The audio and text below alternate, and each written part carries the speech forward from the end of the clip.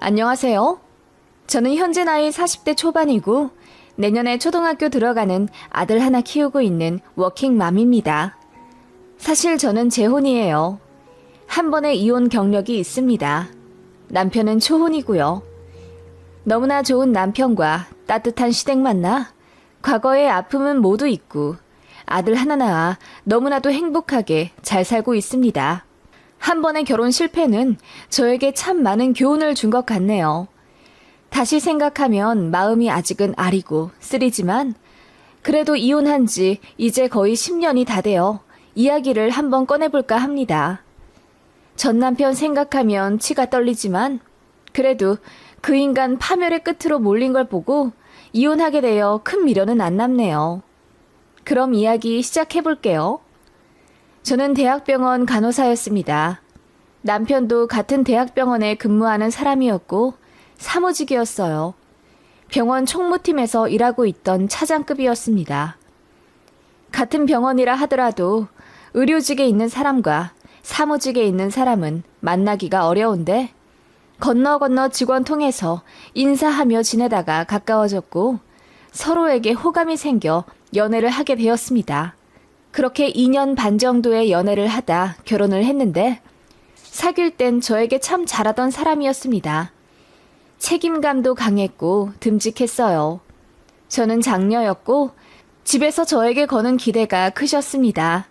제가 교대에 가길 원하셨지만 그닥 성적이 좋지 않았어요. 그래서 학창시절 부모님의 공부에 대한 잔소리 때문에 사이가 좋지 않았죠. 저에게는 엄격하셨지만 제 여동생에게는 건강하고 행복하게만 자라길 바라시는 모순적인 모습에서 부모님께 실망을 했고 어쩌면 애정 결핍이 있었던 것 같아요. 대학 다닐 때는 연애를 거의 안 했고 졸업하자마자 대학병원 간호사로 입사해 다니다가 만나게 된 남자가 전 남편이었네요. 20대 초중반까지만 해도 부모님과 사이가 별로 좋지 않아 연락도 잘 안 했기 때문에 저에게 별도 달도 따줄 듯 잘해주는 그 남자에게 저도 미친 듯이 빠져들었던 것 같네요. 그리고 대학병원 정규 사무직 정도면 연봉도 좋고 안정적인 편에 속합니다. 직업도 나쁘지 않고 사귀며 얘기 듣기로는 집안도 괜찮아 보였어요. 가구 사업 하신다고 하더라고요. 남자는 외동 아들이었고요. 항상 눈치 보고 자신감 없는 저와는 다르게 늘 여유 있는 모습에 반했던 것 같아요. 동료들도 저를 엄청 부러워했어요. 그리고 선배들도 저에게 말했어요. 저런 남자 없다? 빨리 잡아서 결혼해. 같은 의료계통은 아니지만 그래도 너 3교대로 일하면서 고생하는 거 알아주는 남자 찾기가 얼마나 힘든데. 얘기 듣기로는 집안도 나쁘지 않고 성격도 좋아 보이는데 별거 없으면 그냥 결혼해. 그렇게 모두가 저에게 결혼을 푸시하니 저도 모르게 둥둥 뜨는 느낌이 있었어요. 그 남자도 저랑 결혼하고 싶어 했어요. 제가 참하고 예뻐서 누가 채갈 것 같다고 안 달랬던 사람이에요. 조건도 나쁘지 않고 또 저에게 너무나 잘해주는 사람이니 자연스럽게 서로 결혼 이야기를 하게 되더라고요.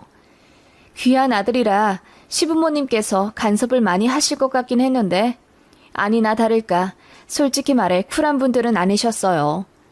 결혼하면 한 달에 무조건 한 번은 와야 하고 무뚝뚝한 아들 대신에 저랑 연락을 자주 하시길 바라셨습니다. 그치만 그만큼 저희한테 도움을 주시겠다 하셨어요. 신혼집 하라고 1억 주신다고 하셨고 저희가 아이 낳으면 아이도 다 키워주겠다 하시더라고요. 말씀만으로도 너무 감사하더라고요. 아무래도 제가 3교대라 2세 양육에 대한 걱정이 없진 않았습니다. 아이 낳고 3개월 만에 복직하는 선배 언니들 보면 정말 힘들어 보였거든요. 주변에 양가 부모님 중 한 분이라도 계시면 그나마 도움 좀 받고 일할 수 있었지만 정말 아무도 없으면 결국 애 돌도 되기 전에 간호사 관두더라고요. 제가 낳아 키워보지 않은 상태라 옆에서 보는 것만으로는 그 힘듦을 체감할 순 없었어요. 그냥 그 주변 선배들이 그렇더라 하는 것만 듣고 짐작할 뿐이었죠. 그 남자도 그랬어요. 애 키우는 거 우리 엄마가 다 해준다니까. 여보는 일 관두지 말고 커리어 지켜. 여자도 자기 일 계속하는 게 중요하잖아. 난 여보가 꿈을 잃지 않고 계속 멋있는 여자가 되었으면 좋겠더라. 아무튼 결혼하면 애는 있어야 하니까 여보는 낳기만 해. 알았지? 그 말에 저도 기분이 나쁘진 않았어요. 저도 일은 계속하고 싶었으니까요. 그렇게 결혼 준비는 어렵지 않게 했어요. 시댁에서 말씀대로 1억을 지원해 주셨고 저희 친정에서는 5천만 원 보태주셨습니다. 그리고 저는 모아둔 6천만 원을 탈탈 털어 결혼 준비 자금에 넣었고요. 전 남편도 얼추 5천 정도 모았다고 하더라고요. 이 정도면 서울 인접한 경기도 아파트 20평대 정도는 매매할 수 있겠다 싶어 1억 5천 정도 더 대출해 집을 샀습니다. 공동 명의로 진행했고 남편이 계약금이며 잔금 다 넣었어요. 그리고 결혼식도 무사히 잘 치렀고요. 문제는 신혼여행 다녀오고 난 직후부터였습니다. 여행 다녀와 짐 정리하고 집안 살림 치우다 보니 웬 은행 서류 하나를 발견하게 되었어요. 이게 무언가 하고 열어봤더니 남편의 마이너스 통장 잔고 확인서 같은 것이었죠. 그런데 보니까 마통이 2개였고 하나는 4,200만 원, 다른 하나는 1,700만 원 대출이 되어 있더라고요. 네, 남편 앞으로 빚이 6천만 원 정도 있었던 겁니다. 보금자리 대출이 아니라 남편 개인 마이너스 통장 빚이요. 그때 남편은 약속 있다고 나가 있던 상태라 제가 전화를 받아서 이게 뭐냐고 따졌습니다. 그랬더니 당황해하면서 집에 가서 얘기할게. 괜히 오해하지 말고 진정해. 알겠지? 라고 하더군요. 그렇게 집에 오자마자 남편은 갑자기 무릎을 꿇으며 손발을 싹싹 빌더군요. 미안. 사실 빚이 좀 있었어. 그리고 모아둔 돈도 없었고. 여보가 6천만 원 모아뒀다길래 나도 5천 정도는 모아놨다고 해야 장인어른 장모님한테 면이 설 것 같아서 나도 모르게 거짓말했어. 미안해. 그 말에 저는 하늘이 노랗게 되는 것 같더라고요. 어떻게 결혼 시작부터 거짓말을 할 수가 있나 싶어서 절망스럽기까지 했습니다. 뭐라고? 그게 할 소리야? 아니 시댁에서도 1억을 대주셨는데 뭐하러 5천 모았다고 거짓말을 해? 그럼 마통에서 돈 끌어다가 모아둔 돈 있는 척 한 거야? 언제까지 날 속이려고 했어? 미안해. 결혼하고 1년 내에 얘기하려고 했어. 정말 미안해. 그렇게 남편은 눈물 콧물을 짜내며 미안하다고 하더라고요. 행복하고 달콤한 결혼 직후 이런 일을 겪게 되니 너무 막막하더라고요. 남들은 전부 제가 꿈결 같은 시간을 보낼 거라 생각할 텐데 저는 남편의 거짓말을 맞닥뜨리게 되어 어찌나 우울하던지요. 그렇게 저도 펑펑 울었죠. 친정에는 차마 알리지 못하겠더라고요. 그나마 결혼이라도 잘한 거라 생각할 부모님께 실망을 드리고 싶지 않았던 것 같아요. 그래서 눈 딱 감고 봐주기로 했습니다. 대신 3년 안에 마통 모두 상환하기로 약속했어요. 남편은 담배를 끊고 개인적인 약속도 거의 취소하며 돈을 아끼겠다고 했고 틈나는 대로 배달이든 대리운전이든 알바를 하겠다고 했어요. 처음 1~2달 정도는 성실하게 사는 듯 하더라고요. 그런데 3달 정도 넘어가니 끊었던 담배를 다시 피우더라고요. 알바도 안 나가기 시작했고요. 그런 모습에 저도 남편에게 실망해 싸우게 됐습니다. 저도 감정이 좋지 않아 집을 나가기도 했어요. 그러자 남편이 그 사실을 본인 엄마에게 말했어요. 그런데 왜 싸웠는지는 이야기를 안 했더라고요. 한마디로 본인 잘못만 쏙 빼놓고 저만 싸움하다 집 나간 여편네처럼 시댁에 말을 전한 겁니다. 시어머니가 한 걸음에 저희 집에 달려와 부부가 싸울 수는 있지만 집을 나가선 안 된다며 저를 나무라셨어요. 그렇게 되니 저도 화가 나 왜 집을 나가게 되었는지 자초지종을 다 얘기해드렸죠. 당연히 시부모님이 길길이 날뛰며 본인 아들을 혼내실 거라 생각했습니다. 그런데 제가 얘기를 다 끝냈는데도 시어머니가 별 말씀 없으시는 거예요. 침묵을 깨고 하신 첫 말씀은 남자가 자존심 때문에 거짓말 좀 할 수 있지. 였습니다. 그걸 가지고 그렇게 들들 볶아서 우리 아들을 밖으로 내모라, 돈 더 벌어오라 시켰니? 그럴 때일수록 아내인 네가 더 현명하게 생각해서 남편 잘못을 감싸 안아줘야지. 그래야지 우리 아들이 진심으로 반성을 해서 다시는 안 그러지. 지금 네 행동은 정만 떨어뜨리게 하는 거야. 알겠니? 라고 하시더군요. 시부모님도 알고 계셨던 겁니다. 아들이 돈 한 푼 못 모았지만 그래도 남들 눈에 그 나이에 돈 5천도 없는 남자라 무능력하게 보일까봐 거짓말 한 것을요. 너무 황당했고 화가 났습니다. 잘못한 남편은 두둔하고 저에게 현명하게 대처하지 못한다고 나무라는 게 말이 되는 소리인가요? 시부모님은 아들 대신 부모가 1억 해주지 않았냐. 어차피 결과적으로 보면 똑같이 반반한 거라며 이걸로 화내면 제가 속물인 거라고 하더라고요. 너무 화가 나서 미칠 지경이라 그때 처음으로 이혼 이야기를 꺼냈어요. 시부모님은 제가 고분고분 순한 성격인 줄 아셨기 때문에 그런 일이 있더라도 제가 이해하고 넘어가 줄 아셨나 봅니다. 그런데 제가 이혼하겠다고 서류까지 만들어 내미니 아들 결혼시키자마자 이혼시키긴 두려우신 건지 한 번만 봐달라 사정하시더군요. 그리고 남편의 마통을 대신 갚아주겠다 하셨습니다. 한 달에 100만 원씩 보내주신다고 했어요. 그래서 일단은 그렇게 마무리되었고요. 한 번만 더 거짓말한 게 들통나면 그때는 정말 뒤도 안 돌아보고 이혼할 거라고 했어요. 지금의 제가 그때로 돌아간다면 당연히 바로 이혼이지만 그때는 많이 고민한 건 사실이었어요. 결혼한 지 반년도 되지 않아 이혼한다는 게 사실 쉽지 않은 결정이기도 했고요. 아무튼 그렇게 큰일 하나 넘어가니 뭔가 전처럼 행복하고 달콤한 신혼이란 생각은 안 들더군요. 그리고 긴 고민 끝에 1년 정도 후에 친정에 이 사실을 알렸습니다. 사실 친정 부모님은 제 편 안 들어주실 줄 알았어요.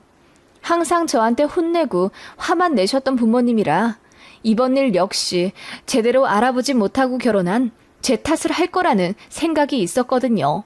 그런데 생각 외로 엄마 아빠가 불같이 화내며 이건 사기 결혼이라고 제 남편 불러 호되게 꾸짖으시더라고요. 남편은 처갓집에 불려가 그렇게 무릎 꿇고 혼냈고 다신 아내에게 거짓말하지 않기로 약속했습니다. 그걸로도 안심을 못하셨는지 친정 부모님께서 저희 집 근처로 이사를 오셨어요. 원래 2시간 거리 지방에 사셨는데 그 집 전세로 내놓고 저희 집이랑 차로 30분 정도 거리에 있는 수도권으로 전세 얻어 이사 오셨습니다. 그리고 무슨 일이 있으면 무조건 친정으로 오라고 하셨어요. 제가 그때 집 나가서 모텔 전전했다는 거 아시고는 마음이 너무 아프셨대요. 그래서 남편이 혹시 잘못하면 가까운 친정에 이르고 또 답답해 집 나가고 싶으면 친정으로 들어오라 하셨습니다. 그날 무뚝뚝하게 알겠다고 대답했지만 집에 오는 내내 펑펑 울었습니다. 친정 부모님이 저를 이렇게까지 생각하실 거라고 믿지 못했거든요. 그런데 역시 부모님은 부모님이셨어요. 저를 누구보다 아끼고 사랑하신다는 걸 저는 바보같이 30살 코앞에 두고 알게 되었습니다. 아무튼 그렇게 친정과 가까이 살게 되었고 엄마랑도 어느새 앙금이 풀려 2, 3일에 한 번씩 전화하는 사이가 되었습니다. 행복했어요. 남편에 대한 믿음이 회복되기까지 많이 힘들 거라고 생각했는데 친정이 있어 든든함을 느꼈습니다. 그런데 제 남편은 저와 아예 다른 생각을 하고 있었더라고요. 일단 제 친정 부모님께 불려가 무릎 꿇고 혼났다는 것에 큰 수치심을 느낀 것 같았어요. 그걸 시댁에 이야기했나 보더라고요. 시부모님이 이혼 거론 사건 이후 저에게 뭐라 큰 소리는 못 내셨지만 너무하다는 식으로 하소연하셨습니다.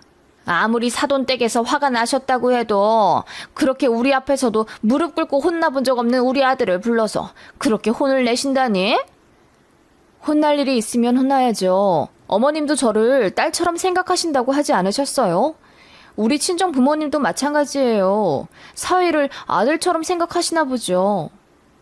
제가 그렇게 이야기하니 시어머니가 표정이 싹 굳어서는 아무 말씀 못 하시더군요. 그리고 제 남편도 제 눈치 보며 살긴 했지만 그날 이후 친정 가는 걸 너무 꺼려 하더라고요. 또 혼날까봐 무서워서라고는 말했지만 사실 다른 속내였다는 걸 후에 알게 되었죠. 그렇게 8개월 정도 지냈습니다. 퇴근하면 운동하고 식단도 잘 챙겨 먹고 그랬었는데 이상하게 몸이 자꾸 무거워지는 느낌이 들더라고요. 속도 자꾸 거북해져서 혹시나 하는 마음에 임신 테스트기까지 했는데 아니었어요.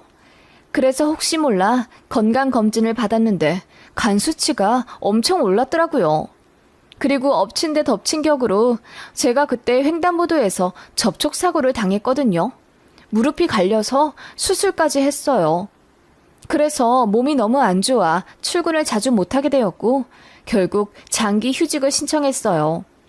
1년 정도만 쉬려고 했습니다. 당연히 무급이었죠. 제가 휴직 냈다고 하자 남편도 처음엔 잘했다고 하더라고요. 저도 간만에 집에서 쉬면서 재활 치료받고 한 번도 못 해본 전업주부의 길로 들어서게 되었습니다. 남편 퇴근하면 바로 저녁 먹을 수 있게 식사도 살뜰히 준비했고 무릎이 아팠지만 집안 청소도 깔끔히 했어요.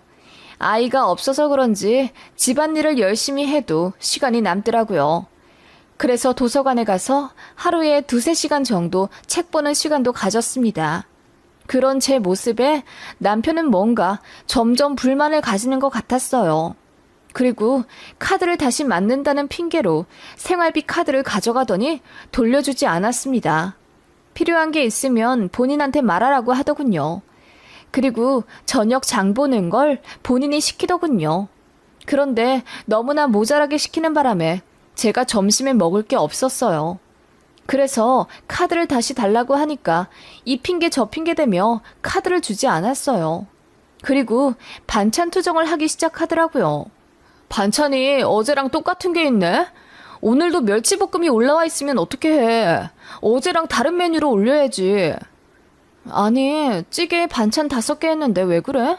나머지 4개는 다 이번 저녁에 새로 만든 거고 멸치볶음 하나 중복으로 올라간 건데 뭘. 그래도 넌 전업주부잖아. 반찬을 매일 다르게 해야지. 그리고 화장실 청소 오늘은 안 했나 보네? 화장실 청소? 일주일에 한 번씩 하면 되는 거 아니야? 그리고 꼭 물 청소 안 하더라도 매일 닦고 치워. 전업주부면 화장실 청소도 당연히 매일 하는 거야. 난 여보가 프로페셔널하게 일하는 모습을 높게 봤는데 역시 일 안 하니까 게을러지는구나. 맨날 도서관 가서 연애 소설이나 읽지? 뭐라고?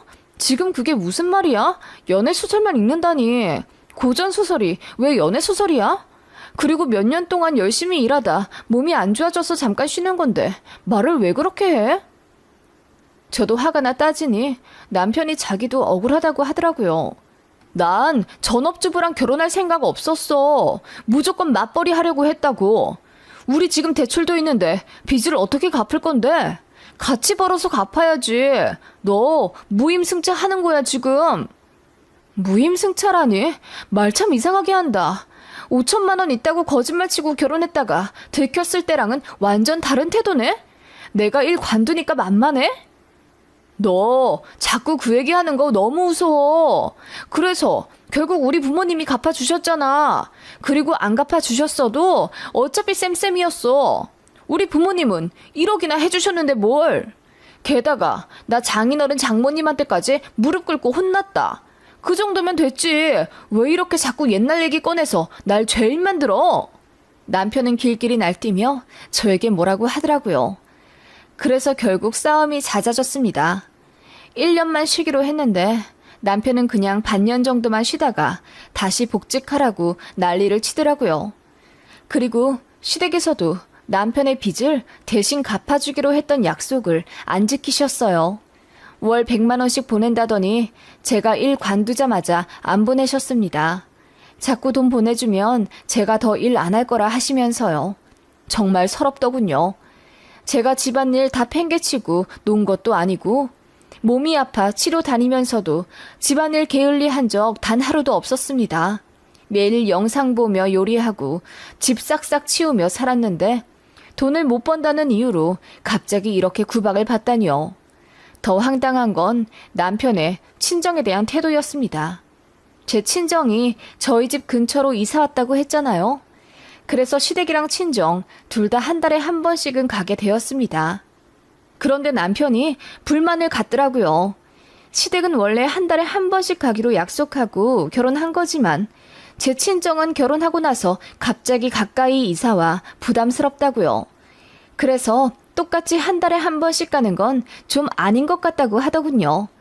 안 그래도 요 몇 번 제 친정 가서 식사하고 올 때마다 표정이 완전히 굳어서는 제 친정 부모님이 묻는 말에 대답도 거의 안 하고 멋있은 표정으로 앉아있다 오곤 했기에 저도 기분이 너무 나빴습니다. 그래서 이럴 거면 그냥 양가 따로 가자고 했어요. 그랬더니 남편이 알겠다고 하더라고요. 그런데 제가 친정 가려고 차를 끌고 가려는데 남편이 갑자기 제 차 키를 빼앗으며 말했어요. 버스 타고 가. 무슨 돈이 남아돌아서 넌 맨날 그렇게 차를 끌고 다니냐? 땅 파면 기름 나와? 아니잖아. 그거 전부 내 월급에서 나가는 거잖아. 뭐라고? 지금 그게 아내한테 할 소리야? 나 무릎 안 좋은 거 알면서 어떻게 그래? 그럼 기름값이라도 벌어오든가 아니면 네 친정에 손을 벌리든지. 나도 내가 싼 똥 우리 부모님이 치워주셨잖아. 너도 네가 못 번 월급 너 대신에 장인 장모님 보고 대신 갚아달라고 해. 그 말에 저는 너무 어이가 없어서 눈물이 터져 나왔습니다. 이렇게까지 파렴치할 거라는 생각은 못했는데 너무 황당했어요. 그렇게 싸우면서 차키 가지고 실랑이를 벌이는데 남편이 차키를 베란다 밖으로 확 던지며 소리치더라고요. 너 같은 애한테는 버스값도 아까워. 그냥 걸어가. 뭐라고? 걸어가라고? 지금 말 다 했어? 그래. 거기까지 한 3시간이면 걸어가겠지. 그렇게 해 떨어질 때까지 걷고 또 걸으면서 네 잘못에 대해 반성해봐. 남편은 그렇게 씩씩거리며 안방에 들어가 문을 쾅 닫더군요. 저는 너무 화가 나 더는 이런 인간과 살 자신이 없어졌습니다. 그래서 이혼하자고 했더니 콧방귀 끼더라고요. 피가 식는 기분이었습니다. 그대로 날 밝기까지 뜬 눈으로 기다렸다가 바로 변호사 사무실로 가서 이혼 소송 준비했네요. 차근차근히 다 따져봤는데 남편의 유책이 90%더라고요. 저한테 돈으로 거짓말 친 것, 시댁의 가스라이팅 전부 유효한 증거가 되었습니다. 그래서 이혼하면 위자료는 얼마나 되는지 알아봤더니 이럴 경우는 재산 분할만 가져온 대로 챙기고 위자료는 몇백 되지도 않는다고 하더라고요. 저는 이대로 조용히 헤어지기가 너무 싫더라고요. 남편과의 싸움을 전부 녹취해두었는데 그걸 영상으로 만들었어요. 그리고 시어머니와의 통화 내용도 전부 영상 자료로 만들었죠. 왜 이혼하게 되었는지 그간 서사도 전부 자막으로 써서 10분가량의 영상을 만들었습니다. 그리고 작정한 어느 저녁 시부모님 보고 남편 퇴근 시간 맞춰 신혼집에 오시라고 했어요. 얼떨떨한 표정으로 오시긴 하더라고요. 그렇게 모두가 모인 자리에서 저녁도 안 먹고 가만히 있다가 저는 노트북을 열어 그 영상을 틀었습니다. 남편과 시모의 폭언이 집 전체를 울리더군요. 누가 봐도 정신 나간 집안과 남편의 모습이었습니다. 남편이 어이가 없다는 듯 이걸 왜 만들었냐고 묻더군요. 응, 병원에 퍼뜨리려고. 그리고 이혼할 거야. 그러자 남편이 실수를 터뜨리며 말하더군요. 상대방 동의 없이 진행된 녹취는 어차피 인정 안 되고 너 이거 퍼뜨리면 명예훼손이야. 내가 고소할 거라고. 알아. 그래봤자 벌금 300만 원 전후로 나오던데? 그거 너한테 받을 위자료로 퉁치면 돼. 제가 얼굴색 하나 안 변하고 능청스레 말하자 그 인간과 시부모님 얼굴이 순간 난감하다는 듯 벌개지더군요. 그러더니 저에게 화도 냈다가 설득도 했다가 아주 난리였습니다. 남편은 그 직장을 너무나 만족하는 사람이었습니다. 곧 있으면 승진도 하고요. 몇 년 안에 부장도 달 예정이라 그에 맞는 자격도 부지런히 준비하던 사람이었고요. 그런데 제가 이걸 퍼뜨려버리면 이혼이라는 흑소문은 둘째치고 평판에도 문제가 생길 게 뻔한 거였어요. 나중엔 결국 빌더라고요. 이혼 조건 원하는 대로 해줄 테니 영상 퍼뜨리지만 말아달라고요. 그래서 어떻게 되었냐고요? 남편은 신혼집에서 몸만 나갔습니다. 타던 차, 가전, 가구 하나도 빼놓지 않고 전부 다 두고 갔어요. 전부 정리하니 얼추 7천만 원 정도 되더군요. 그래서 다 팔아 집 대출금 메꿨습니다. 그리고 저는 그 대학병원 퇴사했고요. 퇴사하면서 마지막 복수까지 완료했습니다. 잎사귀로 소문난 동료를 불러 커피를 사주고 그 영상을 보여줬어요. 게임 끝이었습니다. 병원에 그 인간 평판 안 좋아지는 건 순식간이었죠. 나중에 알게 된 전 남편과 전 시모가 난리를 치며 왜 약속을 어겼냐고 화를 냈지만 무시하면 그만이었습니다. 그렇게 저는 병원 간두고 신혼집은 전세로 돌린 채 3개월 정도 유럽 여행 갔다 왔네요. 저희 친정도 저더러 이혼 잘했다 하셨어요. 그리고 2년 전세 계약 끝나자마자 살던 곳으로 들어가셨죠. 저도 그 지역으로 이사 갔고요. 거기서 예전처럼 큰 대학병원은 아니지만 자그마한 종합병원 입사해서 간호사 하다가 지금의 남편을 만났어요. 결혼 다시 하기 싫었는데 제 상처까지 전부 보듬어주는 정말 착한 남자였습니다. 시부모님도 저 이혼한 거 아시고도 너른 마음으로 품어주셨고요. 그렇게 제 인생 2막이 시작된 거예요. 한 번 실패했던 결혼은 저에게 큰 가르침을 주었고 그걸 양분 삼아 아주 행복한 결혼 생활 중입니다. 전 남편은 아직도 결혼 못했다고 하더라고요. 소문이 다 나서 선자리도 못 들어온다고 들었습니다. 전 직장 사람들한테 듣기로는 회식 때마다 후회된다면서 울다가 결국 퇴사했다고 하더군요. 그리고 부모님 집 들어가 산다고 하던데 얘기만 들어도 알겠더라고요. 다 큰 아들 뒤치다꺼리 해주는 거 얼마나 힘드시겠습니까? 돈은 돈대로 다 털리고 아들 장가도 못 가니 꽤나 죽을 마실 겁니다. 그러게 사람을 왜 물로 보고 함부로 했을까요? 지렁이도 밟으면 꿈틀한다는데 순한 사람 자꾸 건들면 결국 악마가 된다는 걸 몰랐나 봐요. 그리고 결정적인 순간에 친정이 제 큰 힘이 되었습니다. 제가 오해하고 있었던 부분도 있다는 걸 알게 된 후 부모님에 대한 사랑이 각별하게 느껴졌어요.